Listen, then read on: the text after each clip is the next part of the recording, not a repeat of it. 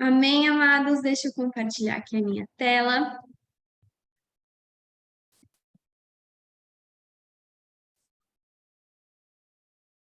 Amém. Tá, então, a aula de hoje, ela tem muito conteúdo, então eu peço que os irmãos prestem bastante atenção, e se vocês forem tendo alguma dúvida ao longo do percurso, os irmãos já anotem as dúvidas, que nós vamos ter um tempinho no final para esclarecer.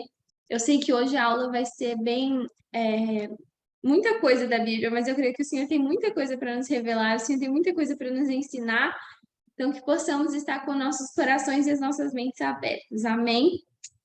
A aula de hoje nós estamos na aula de número 14, e é sobre o livro de Josué, que quem está fazendo a leitura bíblica, nós estamos acompanhando a leitura, né? Então, vamos lá. Antes de começarmos essa viagem na Bíblia, eu quero fazer algumas observações.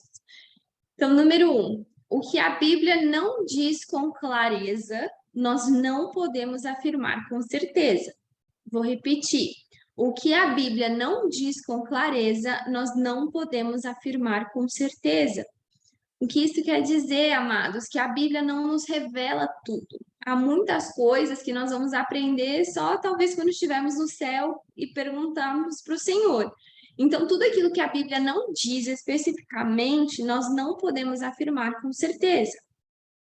Então, alguns exemplos do que a Bíblia não diz claramente. Quem são as duas testemunhas mártires de Apocalipse 11, 13 a 14? A Bíblia não menciona.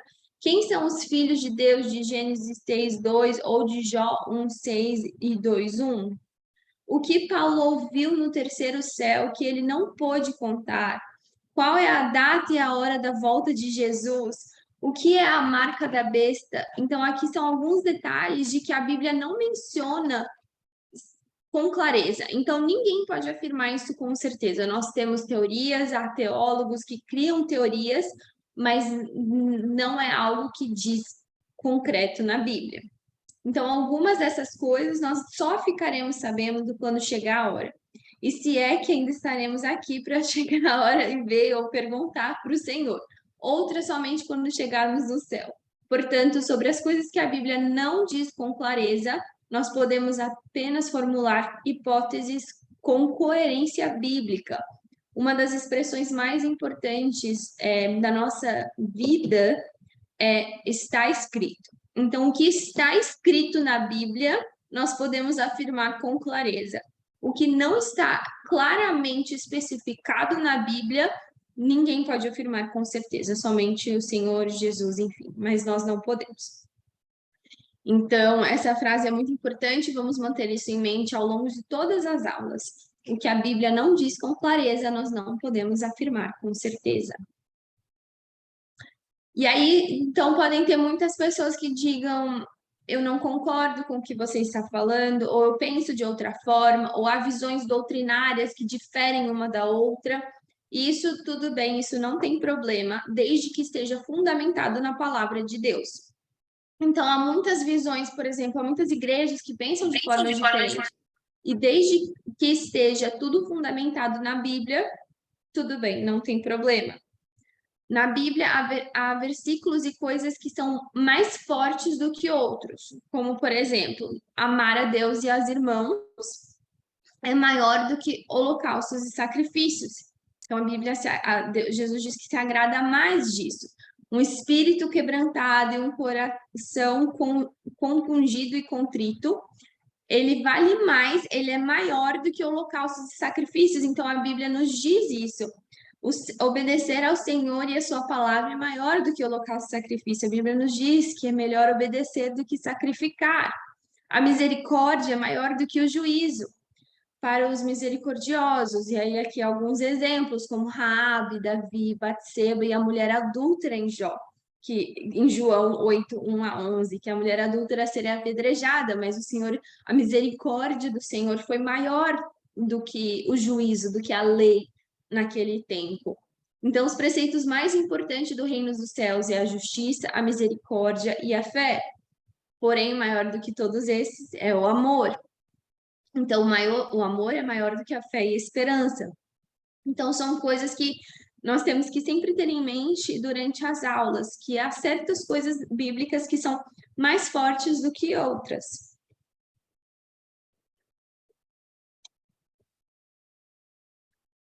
Uma outra coisa que nós temos sempre que ter em mente, principalmente quando nós estamos estudando sobre o Antigo Testamento, é que Deus é justo sempre. Então, repitam isso: Deus é justo sempre. Quando Deus mandava matar alguém no Antigo Testamento, ele tinha um motivo muito forte, um motivo muito bom para fazer isso. Deus não queria que o povo de Israel praticasse as mesmas obras dos povos da terra de Canaã, motivo pelo qual eles seriam destruídos. Então, quando Deus pedia que matasse alguém no Antigo Testamento, ele tinha um motivo muito, muito forte para que isso acontecesse. Lembrando que ele não mandou matar ninguém no Novo Testamento. Por exemplo, Deus mandou que o povo de Israel destruísse completamente os habitantes de Canaã. Deus tinha um motivo para isso. Não foi porque, eu não gosto desse povo. Deus tinha uma razão. Deus já havia dado uma chance para esse povo se redimir dos seus pecados. Mas a iniquidade do povo de Canaã se tornou apenas maior, cada vez maior. E eu não vou mencionar todos os pecados do povo de Canaã, mas eles chegavam a sacrificar os seus próprios filhos para os deuses que eles serviam. Então, eles matavam seus filhos e queimavam esses filhos em holocaustos a outros deuses. Então, quero que vocês saibam que Deus, ele é justo sempre. Se ele mandou matar aquele povo, é porque ele tinha um motivo muito bom para fazer isso. E aqui Deus diz que ele queria que isso acontecesse para que o povo não se misturasse com essas tradições, essas culturas, esses pecados ruins. Se Israel deixasse aquele povo sobreviver, eles acabariam cometendo os mesmos pecados. E infelizmente foi isso que acabou acontecendo. E por causa disso, Deus também os destruiu quase totalmente. Então, mais para frente no texto, Deus diz: destruam eles, porque se vocês não os destruírem, vão aprender os seus maus caminhos e vão praticar as mesmas abominações que eles praticam. E é por isso que eu estou os destruindo. E se vocês caírem nessas práticas, eu também vou ter que os destruir. E foi isso que aconteceu. Infelizmente, nas próximas aulas, nós vamos inclusive estudar um pouco sobre isso. Nós vamos aprender que Israel caiu nos mesmos pecados daqueles povos. Os próprios israelitas chegaram a sacrificar os seus próprios filhos para deuses de Canaã. Então, Deus tinha uma razão para isso, Deus tinha um motivo, porque o Senhor é sempre justo, o Senhor é sempre bom. E uma grande heresia que muitas pessoas, infelizmente, cometem é dizer que o Deus do Novo Testamento não é o Deus do Antigo Testamento. E o próprio Jesus afirma que Deus do Antigo Testamento era o seu próprio Pai. Isso está em João 8:54 e 42. Se os irmãos quiserem anotar, ele depois esse material também vai estar disponível. Mas isso não é fato. O próprio Jesus diz que o seu pai era o mesmo, e a referência está aí, está na Bíblia. Então, isso a Bíblia nos afirma com clareza, então nós podemos afirmar com certeza. Então, a conquista da Terra Prometida, valeu a pena perseverar. Essa foto aqui é uma foto do Monte Nebo, olhando para a Terra Prometida. Essa é só uma vista do que provavelmente Moisés viu. Então, é algo que a gente imagina, historiadores, teólogos imaginam que tenha sido o que Moisés enxergou quando Deus pediu para que ele subisse ao Monte Nebo e ali ele morreria.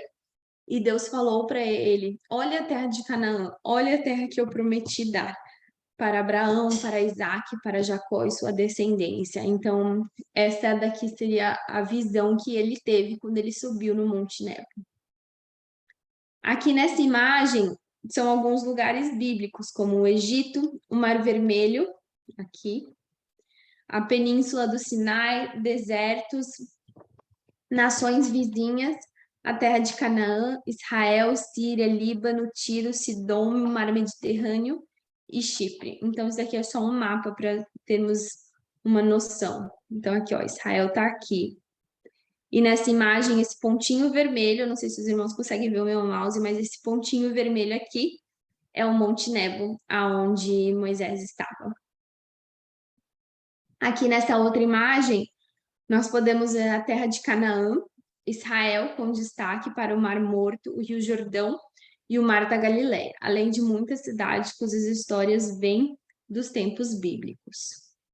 Então aqui é outro mapa. Agora nós vamos falar um pouquinho sobre a família de Abraão. Amados, a gente está fazendo essa recapitulação aqui só para que os irmãos possam entender um pouco sobre o nosso estudo de hoje. Então, essa recapitulação aqui é necessária não somente para a aula de hoje, mas para as aulas futuras também.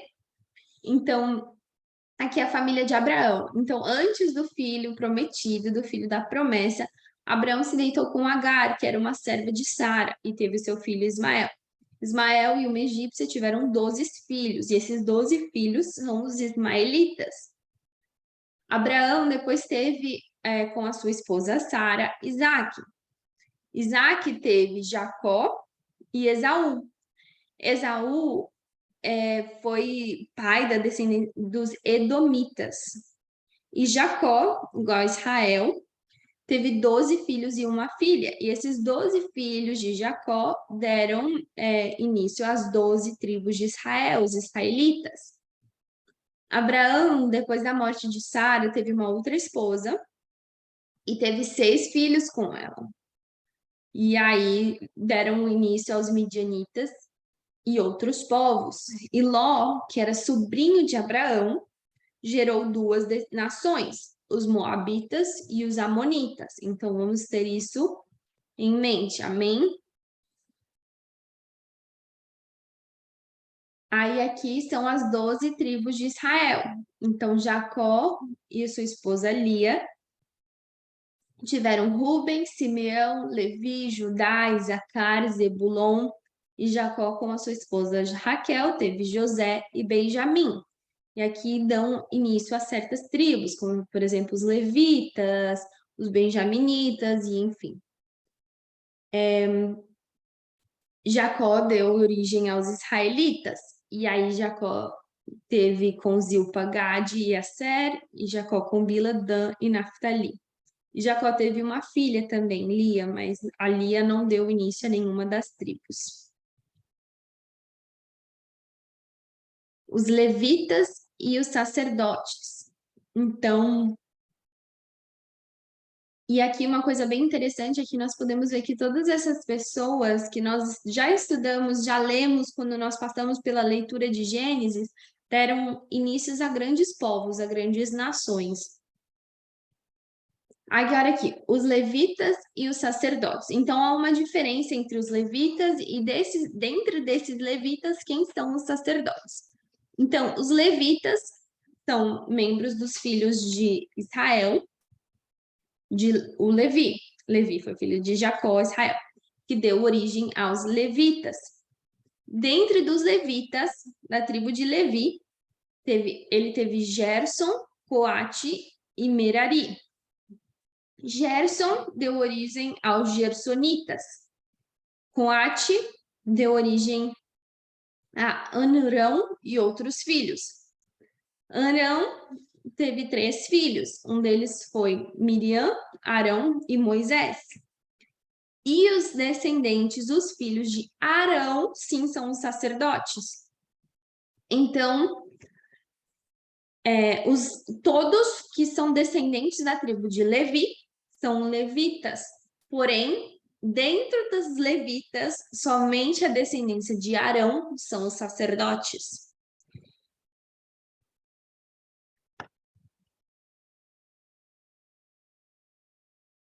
Nesse mapa, nós podemos ver a Terra Prometida. Então, isso é uma ilustração que alguns historiadores, teólogos, acham ser o mais próximo da época. Então, isso é só para que possamos entender. E esse é o livro, essa é a Terra Prometida antes do livro de Números.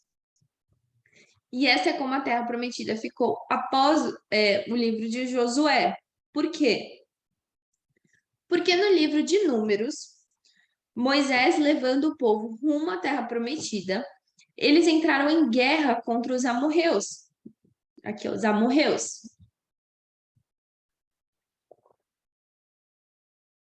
E eles conquistaram a terra dos amorreus. E Deus proíbe que eles pelejem contra Amon, Moabe e Edom. Por quê? Porque eles são parentes próximos. Por que eles são parentes próximos? Lembra naquele mapa ali atrás? Amon e Moabe são da descendência de Ló. E Ló era sobrinho de Moisés. E Edom era da descendência de Esaú, então eles eram família. E aí Deus não permite que eles guerreiem, tomem as terras de familiares, porque eles são parentes próximos. Então Deus diz: eu não dei a terra deles para vocês, mas a dos amorreus, dos cananeus, dos filisteus eu a dou. Na verdade, Deus já havia dado toda a terra para Abraão. Deus prometeu isso para Abraão lá em Gênesis. E eles estão e essas pessoas que hoje estão vivendo nessa terra são intrusos na terra. E chegou a hora de expulsá-los, porque eles estavam vivendo numa terra que não era deles. Deus já havia entregado a Abraão. Então, qual que é a diferença? Que esse daqui é com os povos intrusos vivendo na terra prometida. E aqui é quando o povo de Deus toma a terra. Porém, eles não tomam a terra de Moabe, eles não tomam a terra de Edom e eles não tomam a terra de Amon. Por isso que aqui no mapa, essas terras não fazem parte da terra prometida dos israelitas. Aqui nós podemos ver, lá de novo, nós podemos lembrar das histórias que nós lemos no começo da Bíblia. Noé teve 3 filhos, Cã, Jafé e Sem. Jafé deu origem a Canaã. E Deus não abençoou os cananeus, povo de Canaã. Se vocês lembram da história de Gênesis, vocês vão entender o porquê. Porém, o Senhor abençoou sim os egípcios, filisteus e outros povos. Nimrod fundou Babel e Nínive. Jafé deu origem a outros povos, mas não nos interessa nesse momento. Agora, a descendência de Sem, sim, nos interessa. Então, Sem deu origem a outros povos, Éber, e aí Abraão veio da descendência de Sem, Isaac veio da descendência de Sem, e Jacó veio da descendência de Sem. Então, esse é o panorama do livro de Josué. E nós vamos entrar em mais detalhes ao longo da nossa aula hoje. Mas, número 1, Josué é o sucessor de Moisés. E eu quero chamar a atenção aqui dos irmãos que foi Deus quem escolheu Josué para ser o sucessor de Moisés. Não foi por acaso, e nós vamos explicar isso. Os 2 espias enviados a Jericó e Raabe, a crente, porque, irmãos, Raabe era crente, e aí vocês vão entender o porquê. A passagem pelo Rio Jordão, a circuncisão da nova geração e a primeira Páscoa na Terra Prometida e o fim do maná. A destruição de Jericó e a salvação de Raabe, Acã e a derrota em Ai, renovação da aliança com Deus, os gibeonitas, as vitórias de Josué e do povo de Israel, a divisão da terra e a herança de cada tribo de Israel, Caleb, a cidade de refúgio, a cidade dos levitas, o altar junto ao Rio Jordão, obediência à lei do Senhor, Josué despede-se do povo, renovação da aliança e a pedra testemunha, a morte de Josué, o sumo sacerdote Eliázer e os ossos de José. Então, isso aqui é tudo que nós vamos aprender sobre o livro de Josué. Josué, o sucessor de Moisés. Então, o currículo de Josué. Josué ele foi enviado por Moisés como comandante do exército de Israel na batalha contra os amalequitas no deserto Sinai. Josué se tornou servo de Moisés. Josué ficou ao pé do monte esperando Moisés descer quando Moisés foi lá buscar as tábuas da lei. Josué não sabia da porta do tabernáculo, não saía da porta do tabernáculo, então mesmo nos momentos que Moisés não estava lá, ele estava lá. Josué era um dos 70 sobre os quais Deus colocou o Espírito Santo. Josué, junto a Caleb, foi um dos 2 espias fiéis. Deus o escolheu como sucessor de Moisés. E tudo isso aqui que eu estou falando, amados, tem menções bíblicas. Então, depois, se os irmãos quiserem olhar as referências bíblicas, esse material vai estar disponível. Moisés impôs as mãos sobre Josué. Deus apareceu para Josué e falou diretamente com ele nessas passagens e várias outras. Deus confirmou a de Josué diante dos filhos de Israel. E aí, uma coisa muito interessante aqui: o nome original de Josué era Oséias, e Moisés ele foi quem mudou esse nome. O que significava Oséias? Oséias significava salvação. Porém, ele mudou o nome para Josué. O que significa Josué? Jeová é salvação, igual a Jesus. E uma coisa que, um fato muito interessante é que o nome Jesus é a forma grega do nome Josué. Então, Jesus, que é em hebraico. Então, o nome de Jesus é a forma grega do nome Josué, que é a mesma escrita no hebraico. E a Bíblia não tem coincidências. Então, Josué aponta para Cristo. Josué, pela fé, o que significa fé? Obediência à palavra de Cristo, fez o povo de Deus entrar na terra prometida. E da mesma forma, Jesus é aquele que faz o povo entrar na terra prometida, o céu. Jesus diz: eu sou o único caminho, a verdade e a vida, e ninguém vai ao Pai a não ser por mim. Então, Jesus é o único caminho para Cristo. E nesse tempo, Josué era o caminho para a terra prometida. Então, isso aponta muito, Josué aponta muito para Jesus. Josué, aquele que pela fé, obediência em Deus, fez o povo conquistar a terra prometida, assim como Jesus nos faz conquistar a nossa terra prometida, que é o céu, é o Pai. Josué, ser forte e corajoso, porque o Senhor é contigo. Então, isso é o que o Senhor mais fala para Josué ao longo de toda a sua vida, e não somente ele, como outras pessoas também. E para que ser forte e corajoso? Para ensinar a palavra da forma como ela é. Então, diz assim: sucedeu depois da morte de Moisés, servo do Senhor, que este falou a Josué, filho de Num, servidor de Moisés, dizendo: Moisés, meu servo, é morto. Dispõe-te agora, passa este Jordão, tu e todo este povo, a terra que eu dou aos filhos de Israel. Todo lugar que pisar a planta do vosso pé, vô-lo tenho dado, como prometi a Moisés, desde o deserto e o Líbano até o grande rio, o rio Eufrates, toda a terra dos heteus até o mar grande, para a poente do sol será o vosso limite. Ninguém te poderá resistir todos os dias da tua vida. Como fui com Moisés, assim serei contigo. Não te deixarei, nem te desampararei. Ser forte e corajoso, porque tu farás este povo herdar a terra, sobre o juramento prometi dar-te seus pais. E em Salmo 1 diz: tão somente ser forte e muito corajoso, para teres o cuidado de fazer segundo toda a lei do meu servo Moisés te ordenou. Dela não te desvies nem para a direita, nem para a esquerda, para que sejas bem-sucedido por onde andares. Não cesses de falar deste livro da lei, antes medita nela de dia e de noite, para que tenhas cuidado de fazer segundo tudo quanto nele está escrito. Então farás prosperar o teu caminho e será bem-sucedido. Não te mandei eu ser forte e corajoso. Não temas, nem te espantes, porque o Senhor teu Deus é contigo por onde quer que andares. Então, só aqui Deus já mandou ele ser forte e corajoso 3 vezes.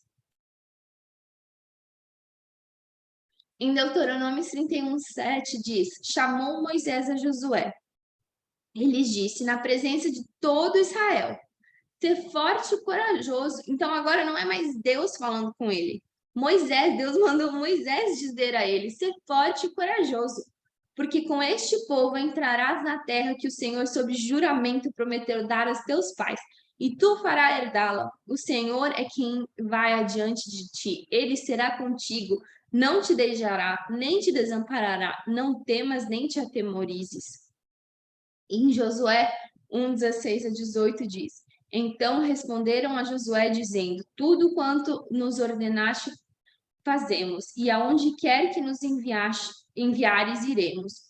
Como em tudo obedecemos a Moisés, assim obedeceremos a ti. Tão somente, Senhor, teu Deus, contigo, como foi com Moisés. Todo homem que se rebelar contra ti, as tuas ordens, e não obedecer as tuas palavras, em tudo quanto lhe ordenares, será morto. Tão somente ser forte e corajoso. Amados, aqui é o povo falando para ele. Então, Deus falou com ele 3 vezes, Moisés falou com ele uma vez, e o povo está dizendo para ele ser forte e corajoso.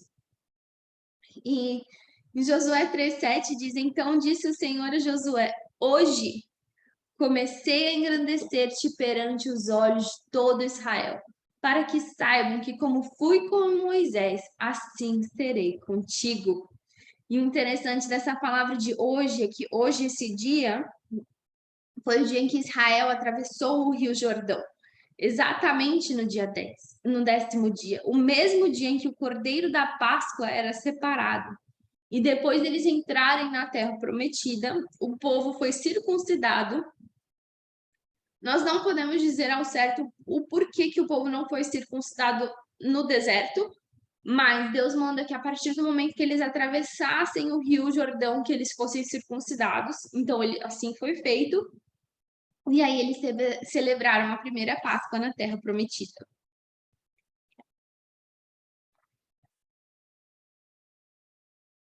Os 2 espias enviados a Jericó e Raabe, a crente. Josué enviou os 2 espias secretamente para observarem a cidade de Jericó, que foram para a casa de Raabe.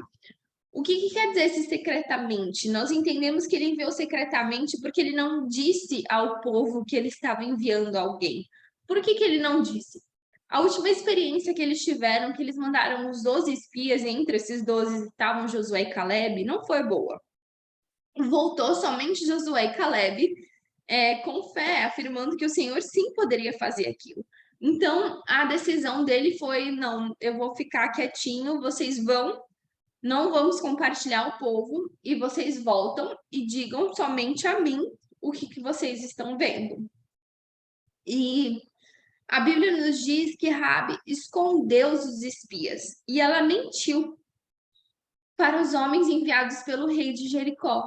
Então, assim como... E aqui, assim, nesse texto, nós podemos ver que ela mentiu, e mentiu por uma boa causa. Qual foi a causa? Ela mentiu para salvar vidas. Então, vocês lembram como no começo eu disse que há certas coisas na Bíblia que são mais fortes do que outras? Então, nesse caso, isso é um exemplo disso. E outro exemplo aqui foi como as parteiras hebreias, Cifra e Puá, que mentiram para o faraó, né? Porque o faraó mandou matar todos os filhos, os bebês meninos que nasciam. E elas mentiram ao faraó. Elas não mataram. E aí o faraó falou assim: mas por que vocês não estão matando?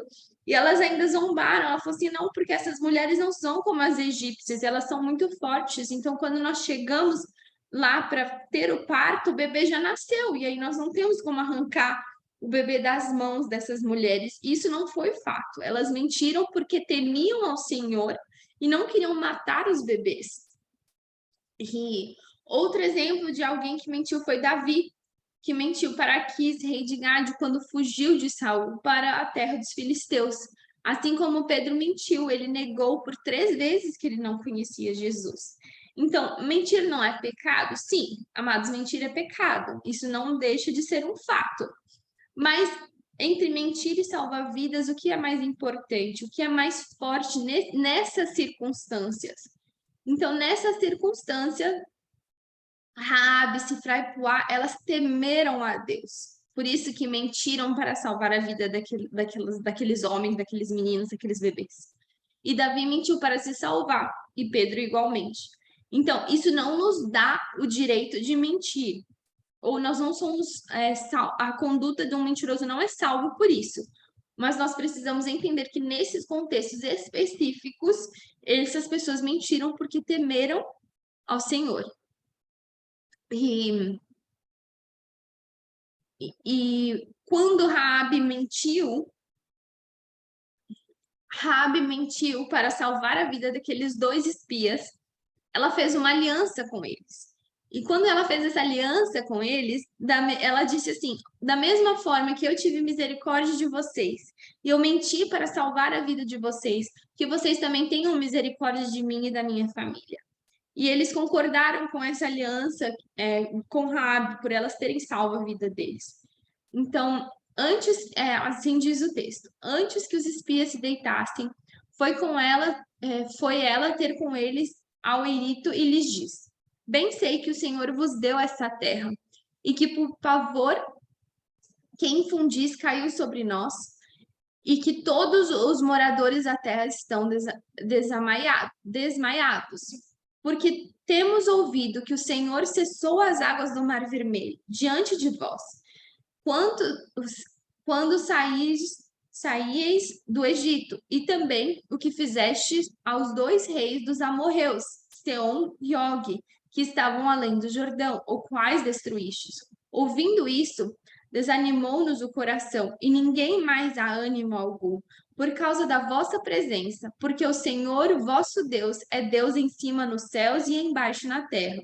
Agora, pois, jurai-me, vos peço pelo Senhor que, assim como usei de misericórdia para convosco, também dela usareis para com a casa de meu pai, e que me dareis um sinal certo de que conservareis a vida de meu pai e a minha mãe, como também os meus irmãos e as minhas irmãs, com tudo que tenho, e que livrais a nossa vida da morte. Pela fé, Raabe, meretriz, não foi destruída com os desobedientes, porque acolheu com paz os espias. Então, Raabe ela é uma dos heróis da fé. Então, Raabe teve tanta fé, ela temeu tanto esse Deus, ela falou assim: nós ouvimos falar desse Deus, nós entendemos que esse Deus abriu o Mar Vermelho, nós sabemos os milagres que esse Deus fez. Então, ela temeu eles e falou assim: eu vou proteger a vida de vocês, eu vou usar de misericórdia, mas peço que vocês usem de misericórdia com a minha vida e da minha casa, da casa de meu pai. E eles concordaram. Então lhes disseram os homens: a nossa vida será a nossa vida responderá pela vossa, se não denunciais que esta nossa missão. E será, pois, que, dando-nos o Senhor esta terra, usaremos contigo de misericórdia e fidelidade. Ela então os fez descer por uma corda da janela, porque a casa em que se residia estava sobre o muro da cidade. Disseram-lhe os homens: desobrigados seremos deste teu juramento que nos fizeste jurar, se, vinde nós a terra, não atares este cordão de fio de escarlata à janela, por onde nos fizeres descer.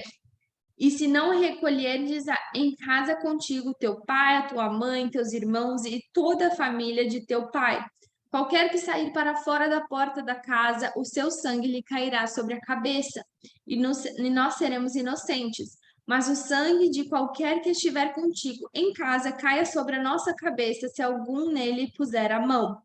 Também tu denunciares esta nossa missão, seremos desobrigados do juramento que nos fizeste jurar. E ela disse: segundo a vossa palavra, assim seja. Então os despediu e eles se foram. E ela atou o cordão de escarlata à janela.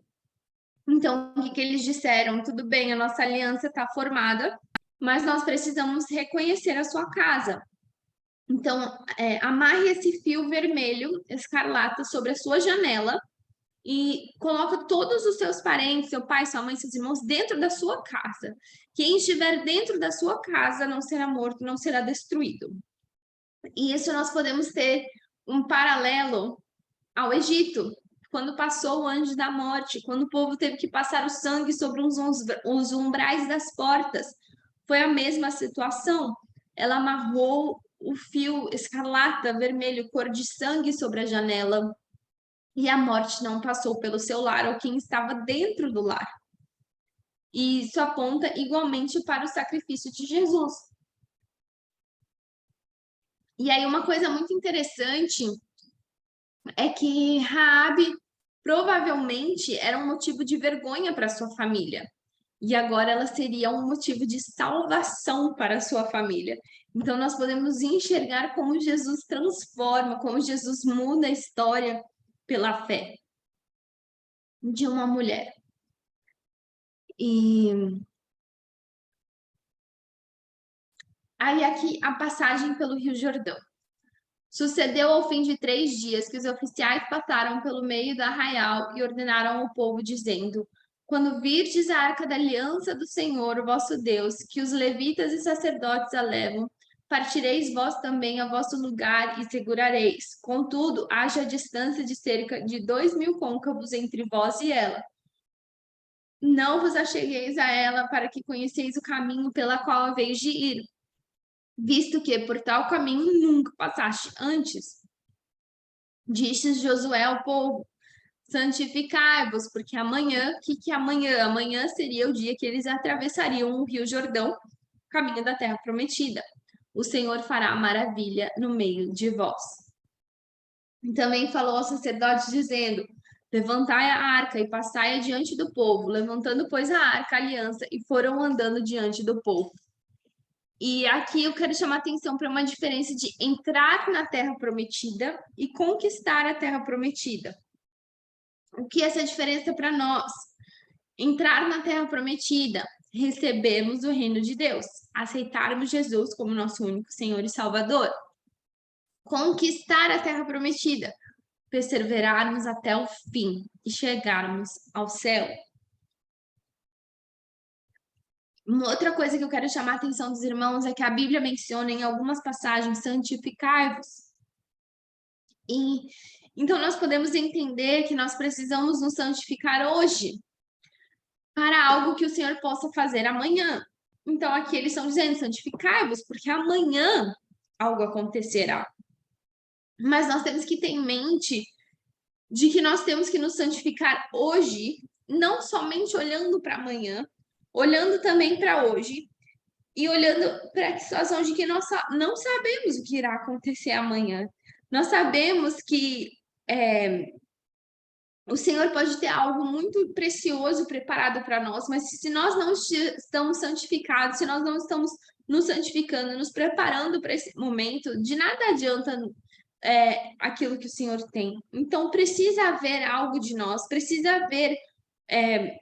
Nós precisamos pagar um preço para isso, nós precisamos nos santificar hoje, olhando para as nossas vidas hoje, mas também olhando para as nossas vidas amanhã, para aquilo que Deus irá fazer, para as maravilhas que Deus quer fazer em nós e através de nós. E, amados, a vinda de Jesus está tão próxima. Se não estivermos prontos, como poderemos ir com Ele? Se não estivermos santificados hoje, se Jesus chegar hoje, será que você vai para o céu? Se não estivermos com óleo nas nossas lamparinas e Jesus vier, e aí? O que acontece? Então, nós não podemos mais deixar para depois, para amanhã. Nós precisamos hoje nos santificar, nos prepararmos hoje. Aquele povo, ele não conhecia o caminho para a terra prometida e precisavam seguir a Arca da Aliança para chegar até lá e conquistá-la. Nós também não sabemos chegar ao céu sozinhos. Nós precisamos seguir a Jesus, que é o nosso caminho, e o Espírito Santo. Por outro lado, nós como sacerdotes, porque eu e você, nós somos sacerdote real. A Bíblia nos diz isso. Nós devemos levantar a Arca da Aliança para que os outros vejam e nos sigam. Porque aquele povo, quando eles estavam atravessando o rio, estava indo primeiro os levitas com a arca e depois o povo seguia a arca. Então, ao mesmo tempo que nós precisamos ir por esse caminho, seguir a Jesus Cristo, nós somos esses levitas, nós somos sacerdotes, nós estamos carregando a arca para que o mundo veja e nos sigam, para que nós possamos guiar as pessoas à salvação, que é Cristo Jesus. Santificai-vos, porque amanhã e santificar-vos agora, hoje. Nós temos que nos preparar agora para aquilo que Deus irá fazer amanhã. Deixar para amanhã pode ser tarde demais. Tendo partido, o povo das duas tendas para passar o Jordão, levando os sacerdotes a arca da aliança diante do povo. E quando os levavam a arca, chegaram até o Jordão, e os seus pés se molharam na borda das águas, porque o Jordão transbordava sobre todas as suas ribanceiras todos os dias de cega. Preparem-se as águas que vinham de cima, levantaram-se num montão muito longe da cidade de Adão, que fica ao lado de Surtã, as quais desciam ao mar de Araba, que é o mar salgado, foram todos cortadas. Então passou o povo de fronte a Jericó. Porém, os sacerdotes que levavam a arca da aliança no Senhor pararam firmes no meio do Jordão, e todo Israel passou com o pé enxuto, atravessando o Jordão. Uma coisa que eu quero chamar a atenção é que quando os sacerdotes, o Senhor havia dado uma orientação de que o Senhor abriria o rio e eles passariam pelo rio, entre o rio. E uma coisa é que quando os sacerdotes pisaram no rio, carregando a Arca da Aliança, a água daquele rio não se dividiu imediatamente, como aconteceu no Mar Vermelho, que no Mar Vermelho veio um vento muito forte e todo o povo passou seco. Nesse caso foi diferente. As águas se dividiram de cima para baixo. Então elas começaram a se dividir lá de longe, onde os olhos não podiam ver. Os olhos não estavam enxergando que algo já estava acontecendo. E isso pode nos ensinar muito. Muitas vezes o Senhor está fazendo algo, mas ainda não conseguimos enxergar, não estamos vendo. Então, às vezes, achamos que o Senhor não está fazendo nada. Mas, amado, se Ele prometeu, Ele está cumprindo. Se Ele disse que iria fazer, Ele vai fazer. E nós, muitas vezes, nós precisamos nos posicionar, molharmos os nossos pés, assim como aconteceu com os sacerdotes, e crer, somente crer nele, pois o Deus que falou, ele irá cumprir. E quando a Arca da Aliança entrou no Rio Jordão, as águas ali não pararam imediatamente, foi o que eu estava dizendo, elas pararam por cima do curso do rio. Então alguém precisou molhar os pés, diferente da travessia do Mar Vermelho. E quando a Arca da Aliança entrou no Rio Jordão, ela funcionou como uma chave, como uma porta que se abriu para que o povo de Israel pudesse entrar na Terra Prometida. Por esse tempo, dirigiu-se Jesus da Galiléia para o Mar Jordão, a fim de que João batizasse. Jesus, a nossa verdadeira arca da aliança, a nossa porta para a salvação, entrou no Rio Jordão e começou o seu ministério e abriu a porta do reino dos céus para nós entrarmos com ele. Então, a Arca da Aliança é como uma porta para a Terra Prometida. Enquanto eles estavam ali no meio, segurando a arca, erguendo a arca, o povo podia passar. Porém, a partir do momento que eles saíram do Rio Jordão, as águas voltaram, aquela porta se fechou. E isso nós podemos ter um paralelo com Jesus. Quando Jesus se batizou no Rio Jordão, ele abriu a porta para a Terra Prometida e a salvação. E a porta está aberta para todos que desejarem. A porta está aberta ainda hoje. Em quantos mil anos a porta ainda está aberta. Porém, isso é uma interpretação, nos indicar de que essa porta pode se fechar. E pode ser que essa porta se feche quando Jesus voltar. Pode ser que essa porta se feche em algum outro momento. Nós não sabemos, a Bíblia não diz com clareza, então nós não podemos afirmar com certeza. Mas isso é somente uma interpretação de que talvez essa porta se abra. Se Jesus é a porta, e a partir do momento que a Arca da Aliança saiu do Rio Jordão, essa porta se fechou. Jesus estava no Rio da Galileia, no Rio Jordão, e pode ser que essa porta se feche quando Jesus voltar, ou não, nós não sabemos. Então, devemos ficar espertos, amados, não devemos deixar para amanhã o que pode ser hoje. E naquele dia o Senhor engrandeceu a Josué na presença de todo Israel e respeitaram-no todos os dias da sua vida, como haviam respeitado a Moisés. Disse, pois, o Senhor a Josué: dá ordens aos sacerdotes que levem a arca do testemunho, que subam do Jordão. Então ordenou José aos sacerdotes, dizendo: suba do Jordão.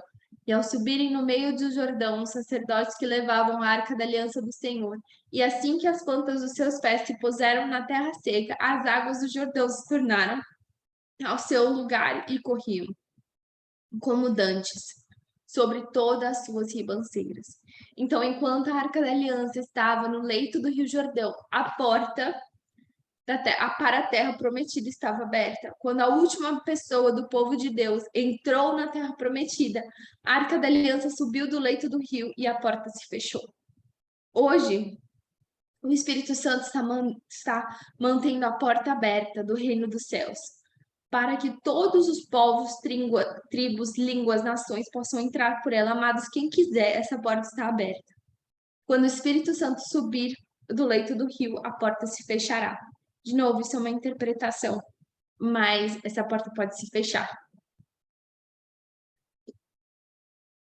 Tendo, pois, todo o povo passado pelo Jordão, falou o Senhor a Josué, dizendo: tomai o povo, 12 homens, um de cada tribo, e ordenai-lhes, dizendo: daqui no meio do Jordão, do lugar onde parados pousam os sacerdotes os pés, tomai 12 pedras, e levai-as convosco, e depositai-as no alojamento que haveis de passar esta noite. Chamou, pois, Josué os 12 homens que lhe escolhera dos filhos de Israel, um de cada tribo, e disse-lhes: passai adiante da arca do Senhor vosso Deus, ao meio do Jordão, e cada um levante sobre o ombro uma pedra, segundo o número das tribos dos filhos de Israel, para que isto seja por sinal entre vós, e quando os vossos filhos no futuro perguntarem, dizendo: que vos significa estas pedras? Então lhes direis que as águas do Jordão foram cortadas diante da arca da aliança do Senhor. E, passando ela, foram as águas do Jordão cortadas. Estas pedras serão para sempre por memorial dos filhos de Israel. Fizeram, pois, os filhos de Israel, como Josué ordenara, e levantaram 12 pedras no meio do Jordão, como o Senhor tinha dito a Josué, segundo o número das tribos dos filhos de Israel. E levantaram-na consigo ao alojamento e a dispuseram ali. Levantou Josué também 12 pedras no meio do Jordão, no lugar em que parados pousaram os pés os sacerdotes que levavam a arca da aliança, e ali está até o dia de hoje. Então, mais uma vez, nós vemos na Bíblia marcos deixados por Deus para que as gerações futuras soubessem o que Deus já fez no passado. E nada mais é do que a ceia é um marco do Senhor, que serve para que o povo de Deus não se esqueça de que Jesus Cristo morreu na cruz pelos nossos pecados e que um dia ele ainda voltará. Se tomamos a ceia hoje e fomos batizados, é porque um dia Jesus fez isso e ele deixou esse marco para que gerações futuras possam saber do que aconteceu. A circuncisão e a nova geração na primeira Páscoa na Terra Prometida e o fim do maná. Então, como eu disse, a partir do momento que eles atravessaram o Jordão, eles se circuncidaram e aí eles tiveram a primeira Páscoa na Terra Prometida. E quando eles comeram do primeiro fruto da terra, o maná cessou. Então o Senhor faz tudo perfeito, amados, perfeito. A destruição de Jericó e a salvação de Raabe. Então, por que as muralhas de Jericó caíram? As muralhas de Jericó não caíram porque o povo gritou muito alto, porque o povo foi muito forte, ou porque dando as 7 voltas foi a solução. Não. As muralhas de Jericó caíram por causa da fé e da obediência à palavra de Deus. E as muralhas de Jericó caíram menos na casa de Raabe. Os espias, a partir do momento que toda a muralha caiu, com exceção da muralha que estava encostada em sua casa, os espias foram lá e a resgataram e a sua família. Amados, nós podemos aprender tanto com Raabe, porque foi uma mulher que, pela fé, acolheu os espias, porque temia o Deus dos espias, e teve fé de que o Senhor a protegeria, e Deus a colocou como antepassado de Jesus Cristo. Deus mudou completamente o curso da vida de Raabe, que era uma prostituta.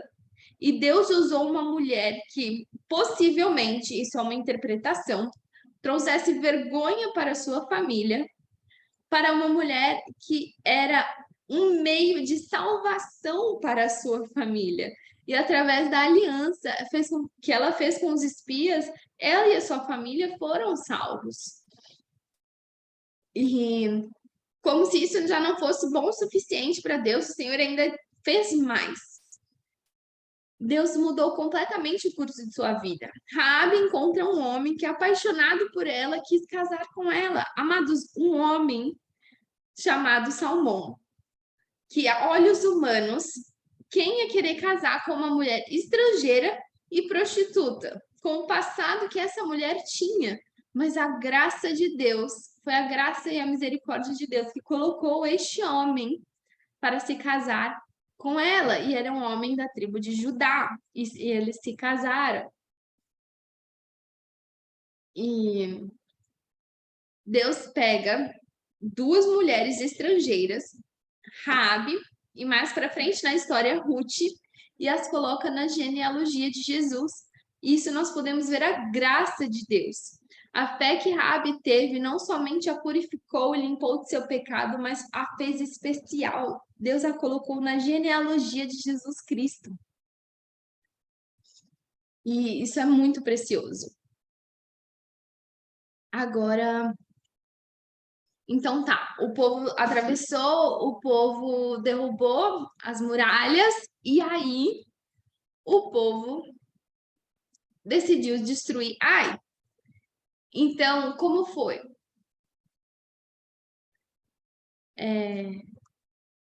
Peraí, antes disso, a maldição lançada por Josué em Josué 6:28.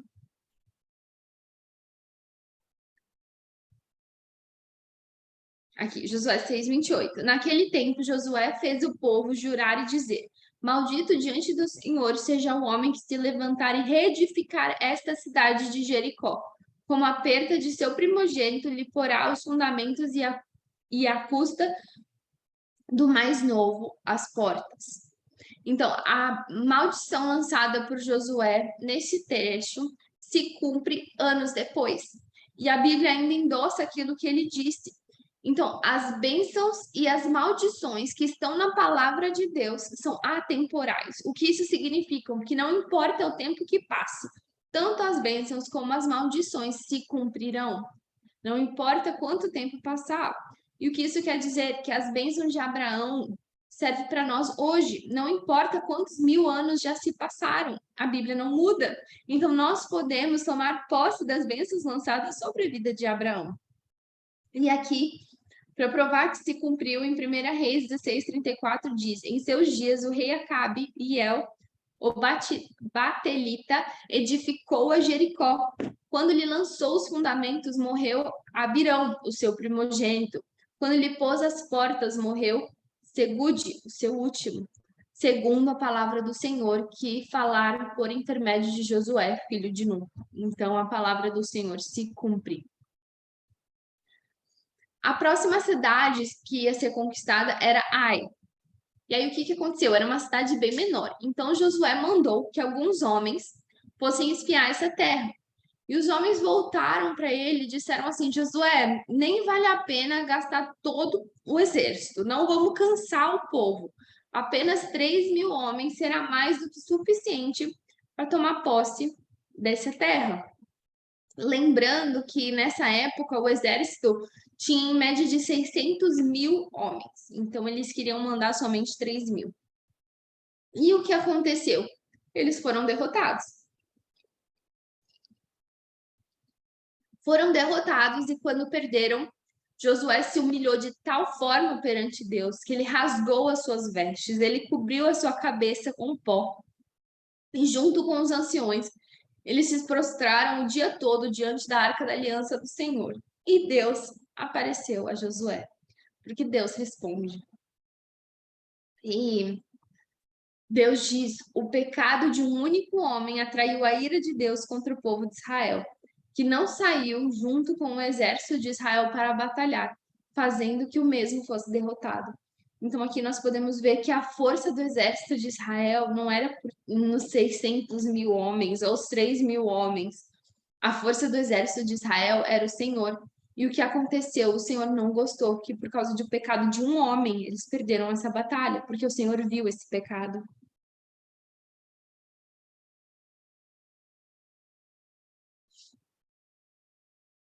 E eles foram derrotados e perderam. E aí eles se humilharam e Deus diz: Sabe por que que vocês perderam? Porque um homem pecou. Sabe por que vocês pecaram? Porque o pecado, porque vocês perderam, porque há pecado no meio do povo. E Deus havia condenado a cidade de Jericó. Então, só para trazer um pouco de contexto. Deus condenou a cidade de Jericó. O que significa isso? Deus disse: destruam tudo, não peguem nada para vocês, não toquem nos despojos de guerra, porque eu condenei esta cidade. Mas o que aconteceu? Havia um homem chamado Acã que viu uma capa babilônica, viu ouro e prata e resolveu pegar isso para si. Ele pegou escondido e levou para sua tenda, achando que ninguém tinha visto, que ninguém ia descobrir. Porém, Deus viu. Mas Deus vê tudo. E pelo pecado deste único homem, todo o povo sofreu. E o interessante aqui que podemos ver é que o texto diz: Israel pecou. Então aqui diz assim: Então disse o Senhor a Josué: Levanta-te, porque estás prostrado sobre o rosto? Israel pecou e violaram a minha aliança, aquilo que eu lhes ordenei, pois tomaram coisas condenadas e furtaram e dissimularam até debaixo da sua bagagem o puseram. Pelo que os filhos de Israel não puderam resistir aos seus inimigos, viraram as costas diante deles, porque Israel se fizera condenado, já não serei convosco, não te eliminareis os vossos no meio de coisa roubada. Dispõe-te, sacrifica o povo e diz: sacrificai-vos para amanhã, porque assim diz o Senhor, Deus de Israel: há coisas condenadas em vosso meio, ó Israel.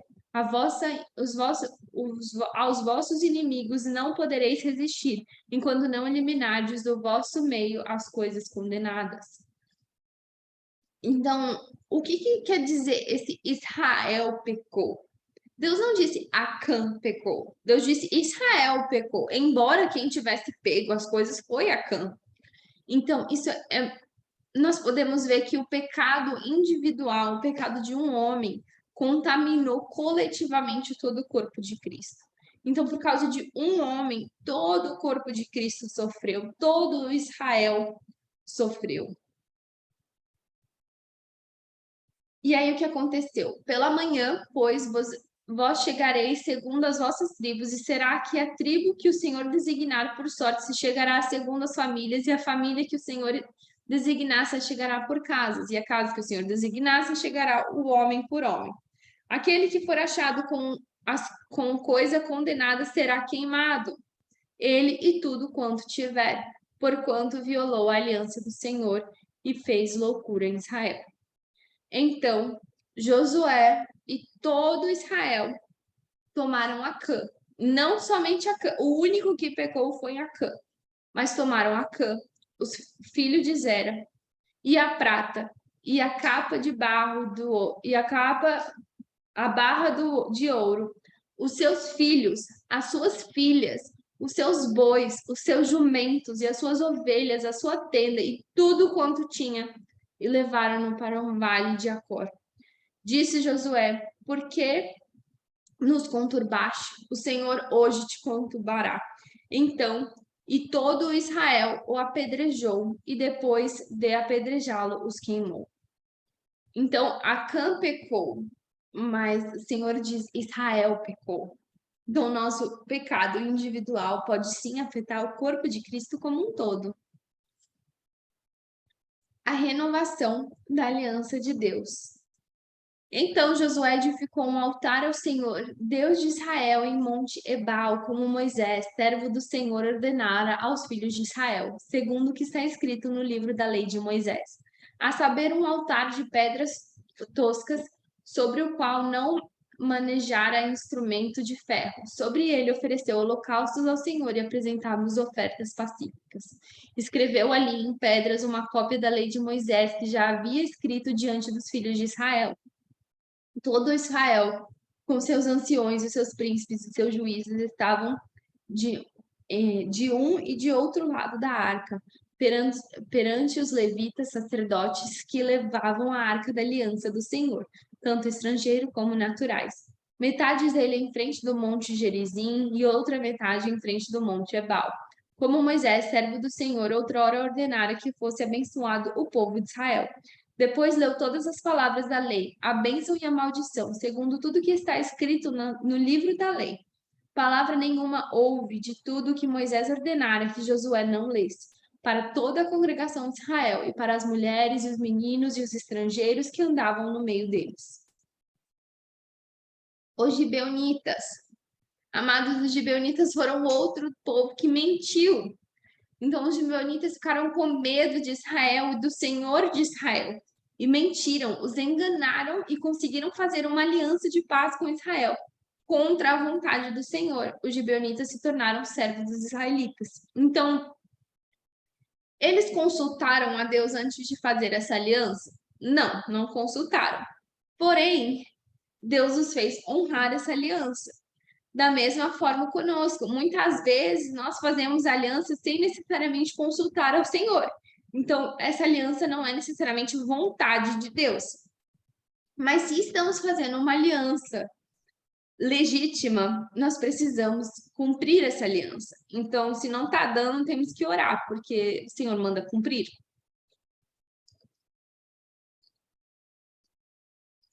Então, isso causou muitos conflitos, porque eles não consultaram ao Senhor antes de fazer essa aliança, mas já que já tinham feito, eles honraram e não podiam entrar em guerra contra os gibeonitas. Então, e uma vez feita a aliança entre homens, tanto de casamento, de negócios, de votos, ela deve ser honrada, ainda que tenha sido feita sem o consentimento de Deus.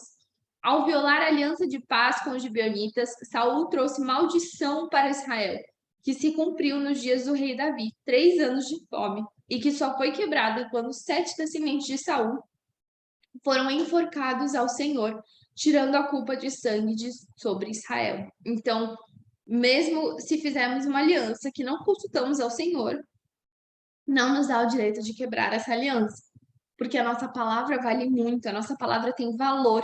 Então, essa aliança tem valor para o Senhor. A vitória de Josué e o povo de Israel. Deus deu muitas vitórias para Josué e para o povo de Israel. 31 reis vencidos na terra de Canaã. E no socorro de Gibeão, Josué derrotou 5 reis de uma vez só. Então, por que temos que chegar em um lugar e conquistar a terra? Tipo assim, por que nós temos que lutar por essa terra? Se essa terra já nos foi prometida, por que nós temos que lutar, guerrear para conquistar a terra prometida? Porque o Senhor não mandou uma chuva, o Senhor não fez um milagre, o Senhor não matou todo o povo antes que o povo de Israel chegasse. Porque nós podemos ver aí um paralelo também com o Novo Testamento, porque nós precisamos nos esforçar, porque a salvação não vem por obras para que nenhum homem se vanglorie, ela é dom gratuito de Deus, nós somos salvos pela graça. Porém, a graça é de graça, mas a graça custa muito caro. A graça custa tudo. Nós temos que entregar, nós temos que sacrificar, precisa haver um preço a ser pago. Então, para que a salvação, nós precisamos nos esforçar para conquistar essa salvação diariamente. A Bíblia nos diz que nós precisamos pegar a nossa cruz diariamente. Então, aquele povo teve que guerrear para conquistar a promessa de Deus e a terra prometida. E nós também vamos ter que guerrear e conquistar a nossa terra prometida. Nós temos que perseverar até o fim. E a Bíblia nos diz que, desde os dias de João Batista até agora, o reino dos céus é tomado por esforço. E os que se esforçam se apoderam dele. Então, a salvação é gratuita, mas ela não é de graça, ela custa caro, ela custa tudo. E aí depois em Hebreus 12:4 diz: ora, a vossa luta não é, a nossa luta contra o pecado ainda não tem resistido até o sangue. Porque nossa luta não é contra sangue nem carne, sim contra os principados e potestades, contra os dominadores deste mundo tenebroso, contra as forças espirituais do mal nas regiões celestiais. Então, amados, lembra que eu falei a diferença entre entrar e conquistar a Terra Prometida? Nós entramos na Terra Prometida quando nós aceitamos Jesus Cristo como nosso único Senhor e Salvador, mas nós precisamos conquistar a Terra Prometida. O que é esse conquistar? Nós precisamos lutar diariamente contra nós mesmos, contra a nossa alma, contra principados e potestades, dominadores deste mundo tenebroso, para que nós possamos entrar no céu. Então, isso é uma luta diária. A divisão da terra e a herança de cada tribo de Israel. Então, aqui nós podemos ver que Levi, a tribo de Levi, não teve uma terra designada, não teve uma terra por herança, porque eles eram os levitas. Porém, o Senhor separou que os dízimos e as ofertas fossem dados a eles, e eles tinham terra entre os irmãos, eles tinham terra entre as suas tribos vizinhas, entre as suas tribos irmãs.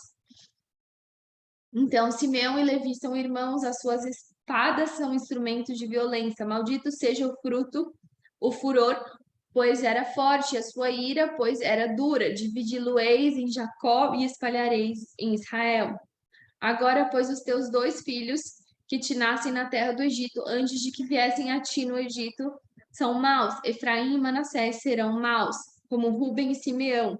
Mas a tua descendência, que gerará depois deles, será tua, segundo o nome de um dos teus irmãos, serão chamados na sua herança. Disse também o Senhor a Arão: na sua terra herança nenhuma tomarás, no meio deles nenhuma porção terás. Eu sou a tua porção e a tua herança no meio dos filhos de Israel. Esse trecho é designado aos levitas. Porque os dízimos dos filhos de Israel que te apresentam ao Senhor em oferta, dei-os por herança aos levitas, porquanto eu lhes disse: no meio dos filhos de Israel nenhuma herança terás. Caleb. Amados, Caleb é um personagem muito lindo na Bíblia. Nós temos muito o que aprender com Josué e Caleb. Então, Josué e Caleb foram os únicos da sua geração que entraram na Terra Prometida. Foram os únicos que estavam no Egito que entraram na Terra Prometida. E o interessante é que eles tiveram que esperar 40 anos para entrar na Terra Prometida devido ao pecado de outras pessoas. Então, não foi por causa deles. Porque, por exemplo, quando eles mandaram os 12 espias, Josué e Caleb voltaram com uma palavra encorajadora. Então, eles não pecaram contra o Senhor, mas mesmo assim tiveram que esperar 40 anos para entrar na Terra Prometida. E em nenhum momento a Bíblia relata que eles murmuraram. E depois de entrarem na Terra Prometida, eles estavam tranquilos depois das guerras e de tudo que aconteceu. Se passaram 5 anos até que isso acontecesse. E Caleb diz: o Senhor guardou a sua força e o seu vigor. Então Caleb fez calar o povo perante a Moisés e disse: Eia, subamos e possuamos a terra, porque certamente prevaleceis contra ela. Então, isso ele disse em Números, lá quando os 12 espias foram para a terra prometida. E Josué, filho de Num, e Caleb, filho de Jefoné, dentre os espias e a terra rasgaram as suas vestes e falaram a toda a congregação dos filhos de Israel, dizendo: a terra por meio da qual passamos a espiar é terra muitíssima boa. Se o Senhor se agradar de nós, então nos fará entrar nessa terra e nula dará, terra que emana leite e mel. Então somente não sejais rebelde contra o Senhor, não temais o povo dessa terra, porquanto com pão os podemos devorar. Retirou-se deles o seu amparo, o Senhor é conosco, não os temais. Em Números 14, 19 e 24 diz: perdoa-nos a iniquidade deste povo, segundo a grandeza da tua misericórdia, como também tens perdoado a este povo desde a terra do Egito até aqui. Tomou-lhes o Senhor segundo a sua palavra e lhes perdoou. Porém, tão certo como eu vivo, e com toda a sua terra se achará da glória do Senhor, nenhum dos homens que tenho visto a minha glória, os prodígios que fiz no Egito e no deserto, todavia me puseram à prova já 10 vezes e não obedeceram à minha voz. Nenhum deles verá a terra que um juramento prometi a seus pais. Sim, nenhum daqueles que me desprezaram haverá, porém o meu servo Caleb, visto que nele houve outro espírito e perseverou em seguir-me, eu o farei entrar na terra que espiou e a sua descendência a possuirá.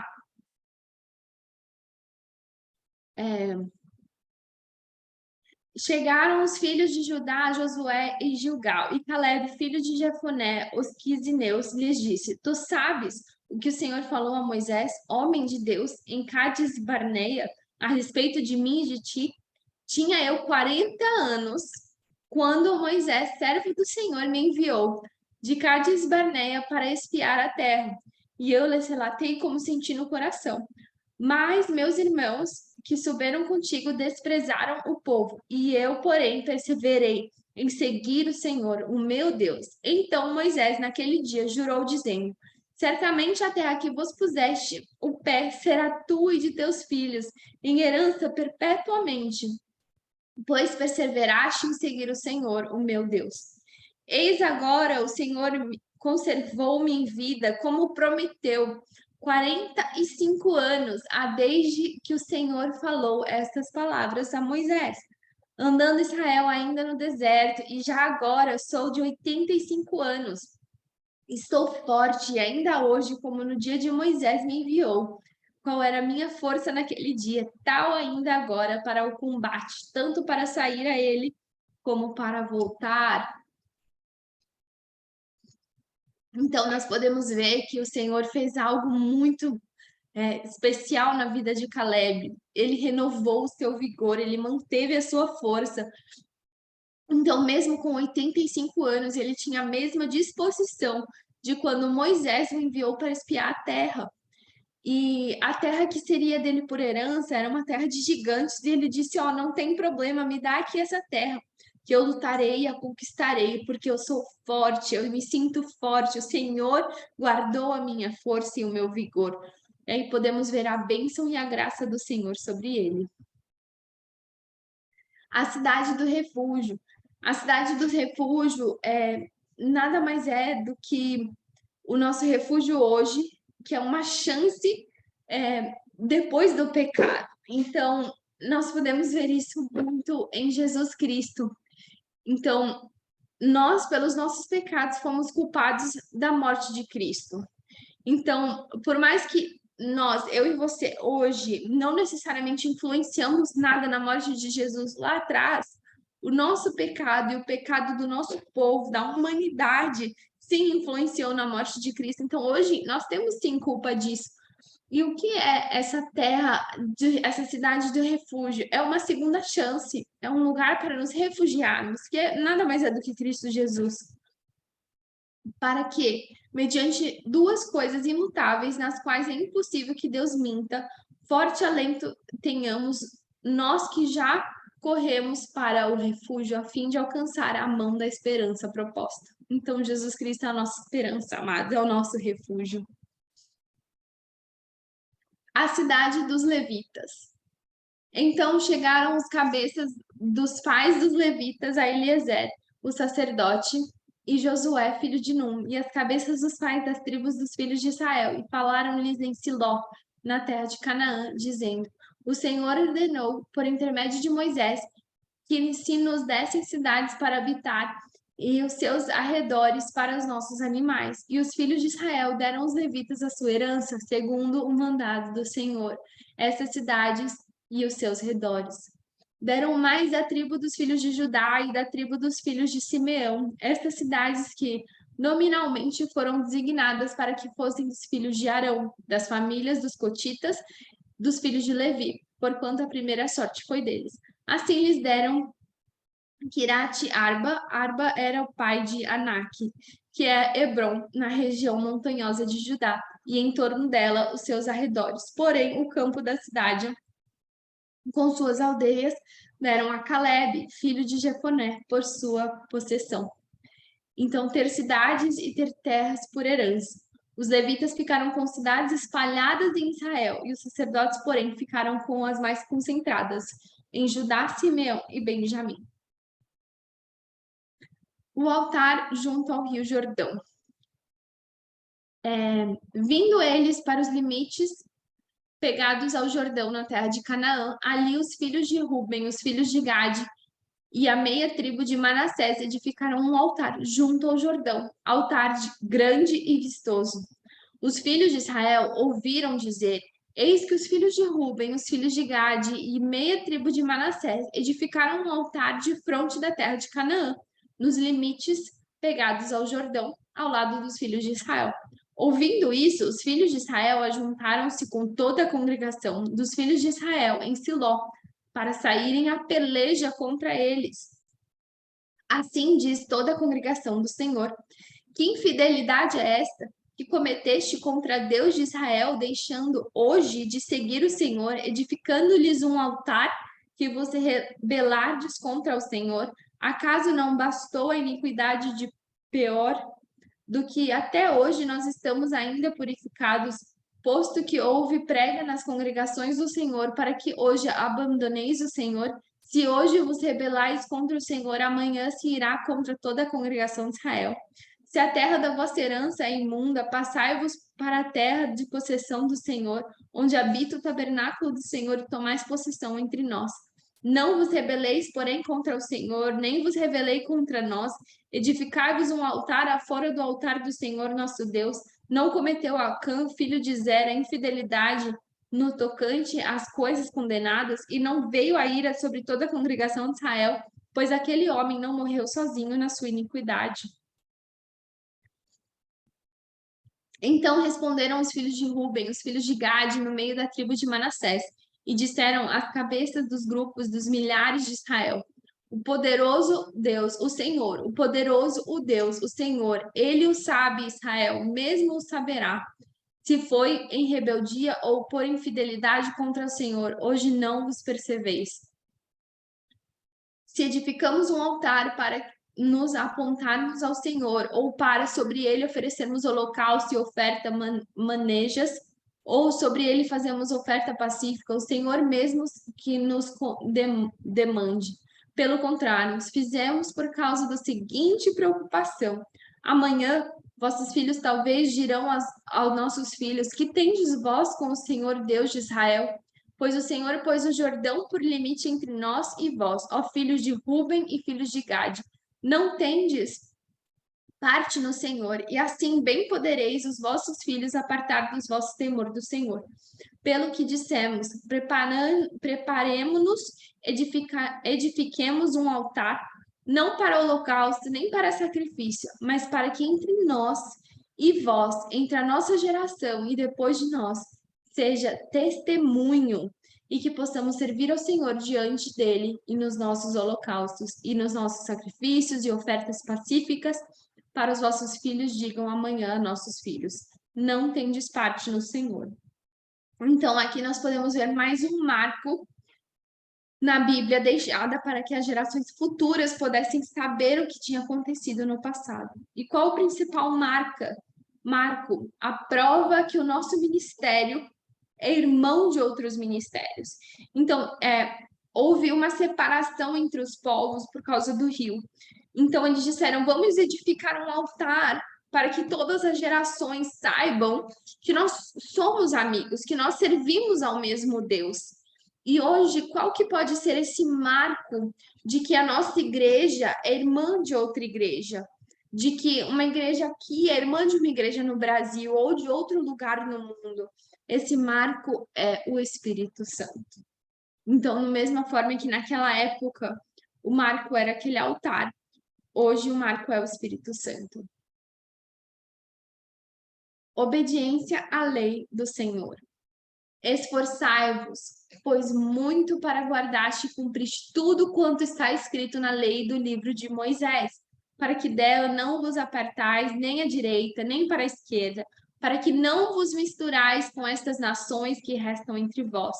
Não façais menções dos nomes dos seus deuses, nem por ele façais jurar, nem o sirvais, nem o adorais, mas o Senhor, o vosso Deus, vos apegareis, como fizeste até o dia de hoje, pois o Senhor expulsou de diante de vós grandes e fortes nações, e quanto a vós outros, ninguém vos resistiu até o dia de hoje. Um só homem dentre vós perseguirá 1000, pois o Senhor, o vosso Deus, é quem peleja por vós, como já vos prometeu. Portanto, empenhai-vos em guardar a nossa alma para amanhecerdes o Senhor, o vosso Deus. Porque se dele vos desviardes e vos apegais ao restante dessas nações, ainda em vosso meio, e com ela vos apartardes, é como se vos misturaste a elas convosco. Sabeis certamente de que o Senhor vosso Deus não expulsará mais estas nações de vossa presença, mas vós serão por laço de rede, e açoite às vossas ilhargas, e espinhos aos vossos olhos, até que pereçais nessa boa terra que o Senhor vos deu. Então, eis que já hoje sigo pelo caminho de todos os da terra, e vós bem sabeis de todo o vosso coração, de toda a vossa alma, que nenhuma só promessa caiu de todas as boas palavras que falou de vós o Senhor, o vosso Deus. Todos vós sobreviveram, nenhuma delas falhou. Então as promessas do Senhor se cumprem, não importa o tempo. As promessas do Senhor são atemporais, tanto as bênçãos quanto as maldições se cumprem. E sucederá que, assim como vieram sobre vós todas essas boas coisas que o Senhor, o vosso Deus, vos prometeu, assim cumprirá o Senhor contra vós todas as ameaças até vos destruir de sobre a boa terra, e vos deu o Senhor, o vosso Deus. Quando violardes a aliança que o Senhor vosso Deus vos ordenou, e fordes e servirdes a outros deuses, e adorardes então, a ira do Senhor se acenderá sobre vós, e logo perecereis na boa terra que vos dei. Infelizmente, o que acabou acontecendo com Israel, poucos anos depois de Josué, poucos anos depois de Josué, começaram-se a desviar do Senhor. E ao longo dos séculos seguintes, ainda que tenham tornado o Senhor tenham voltado ao Senhor por diversas vezes, foram afundando cada vez mais, até que quase totalmente destruídos. Então,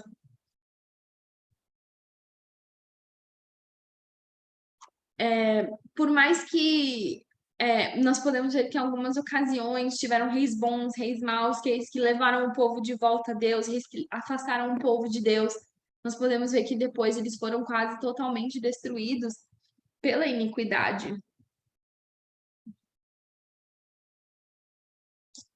Então Josué disse a todo o povo: Assim diz o Senhor, Deus de Israel: Antigamente vossos pais, Terá, pai de Abraão e de Noar, habitaram da além do Eufrates e serviram outros deuses. Eu, porém, tomei Abraão, vosso pai, da além do rio e fiz percorrer toda a terra de Canaã. Também lhe multipliquei a descendência e lhe dei Isaque. Abraão cresceu em uma família idólatra, mas Deus o tirou desse meio. Então, Deus diz a ele: Abraão, sai da tua terra, da tua parentela, e se revelou a ele como o único Deus. Então, Deus seguiu falando a respeito de toda a trajetória do povo de Israel, desde o Egito até aquele dia. Agora, pois, temei ao Senhor e servi-lo com integridade e com fidelidade. Deitai fora dos deuses aos quais serviram os vossos pais, da além do Eufrates e do Egito, servi ao Senhor. Porém, se vos parece mal servir ao Senhor, escolhei hoje a quem querem servir, se aos deuses, ou quem servirdes vossos pais e tomaram da além do Eufrates aos deuses dos amorreus, em cuja terra habitais. Eu e a minha casa serviremos ao Senhor. Amados, deixa eu chamar a atenção para uma coisa muito importante. Quando a Bíblia diz, eu e a minha casa serviremos ao Senhor, quando Josué diz, eu e a minha casa serviremos ao Senhor, esse versículo, ele não é uma promessa de salvação para a sua família. Esse versículo é uma decisão de um pai de família. Então, Josué decidiu, eu e a minha casa serviremos ao Senhor. Ele está afirmando, ele fez uma decisão como sacerdote do seu lar, que ele e a sua casa serviriam ao Senhor. Então, não importa que... ele disse assim, não importa que Deus vocês queiram servir, ou que deuses, ou que seja, mas eu decidi, eu escolhi que eu e a minha casa serviremos ao Senhor. Então, isso é uma decisão que nós temos que fazer diariamente, que nós e a nossa casa serviremos ao Senhor, principalmente o sacerdote do lar. Você precisa decidir, escolher, se posicionar de que você e a sua casa servirão ao Senhor. Isso é uma decisão de um pai de família, não uma profecia sobre a salvação da sua casa. Então respondeu o povo e disse: Longe de nós abandonar o Senhor para servirmos a outros deuses, porque o Senhor é o nosso Deus. Ele é quem nos fez subir, e a nós e aos nossos pais da terra do Egito, da casa da servidão, e quem fez estes grandes sinais aos nossos olhos e nos guardou por todo o caminho em que andamos e entre todos os povos pelo meio dos quais passamos.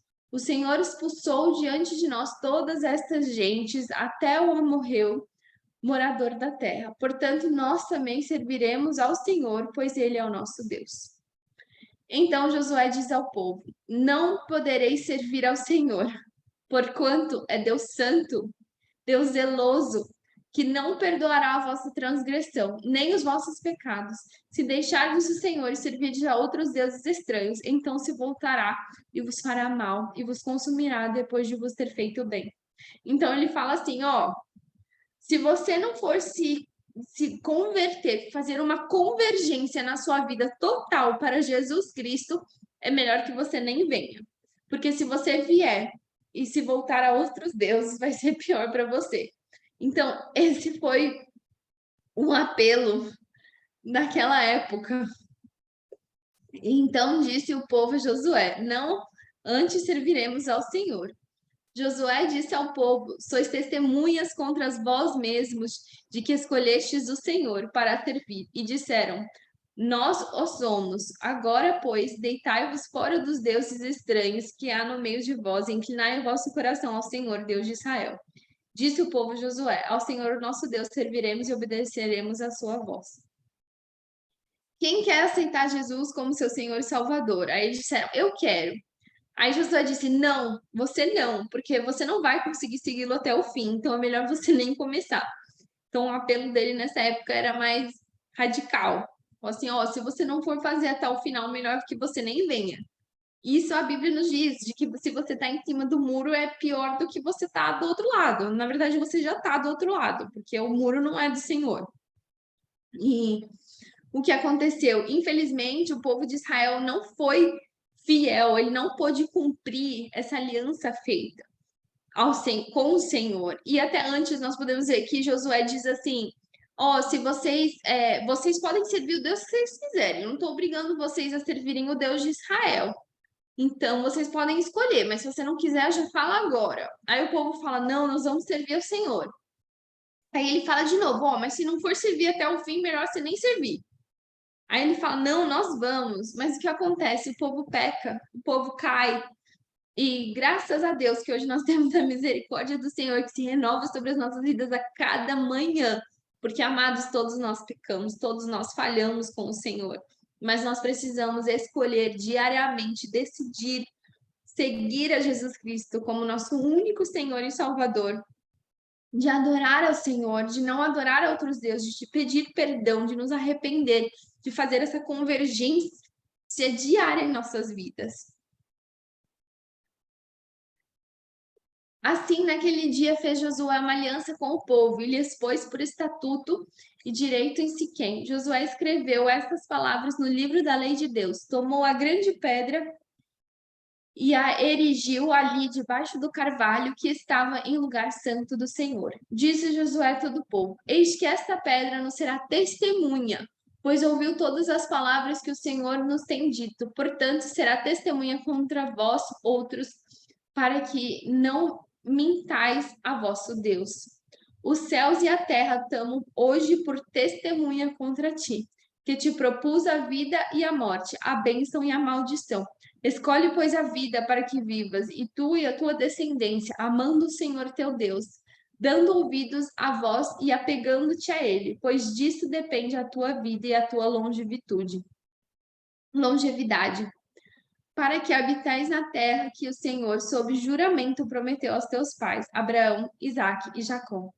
Passará o céu e a terra, porém as minhas palavras não passarão, isso diz o Senhor. Mas ele lhes respondeu: assegurai-vos que, se eles se calarem, as próprias pedras clamarão.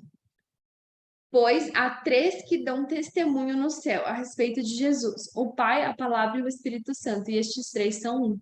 Deus tem testemunhas imutáveis da aliança com ele, portanto, sejais fiéis até o fim.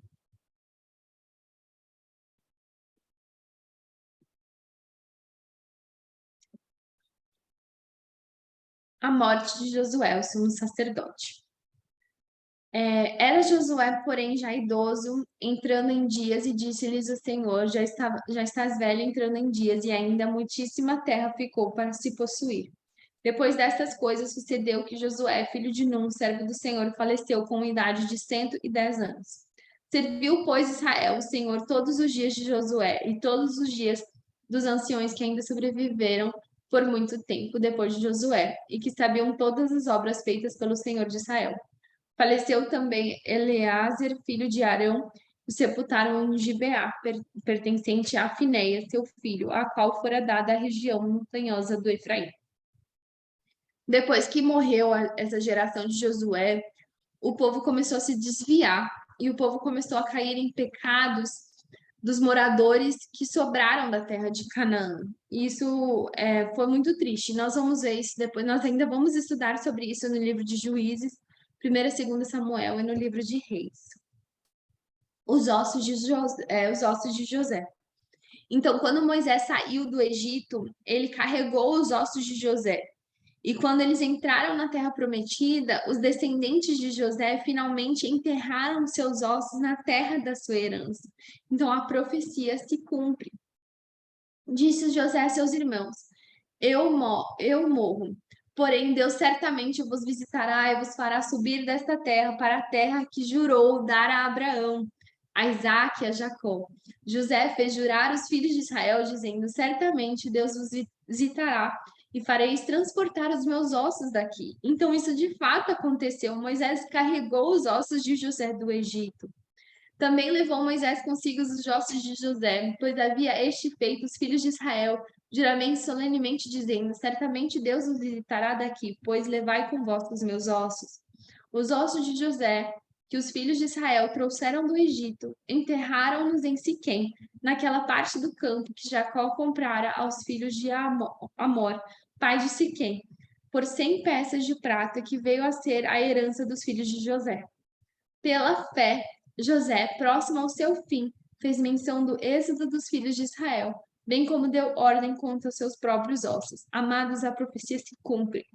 Tudo que o Senhor promete se cumpre. A sua palavra não muda. Tudo que ele fala acontece. As profecias do Senhor sempre se cumprem, independente do tempo que pode se passar. Que as nossas escolhas todos os dias sejam como as de Josué. Que nós possamos escolher, nos posicionar, escolhermos seguir ao Senhor, servirmos ao Senhor todos os dias da nossa vida, para que possamos perseverar firme e conquistarmos a terra prometida com a ajuda do Espírito Santo e da palavra de Deus.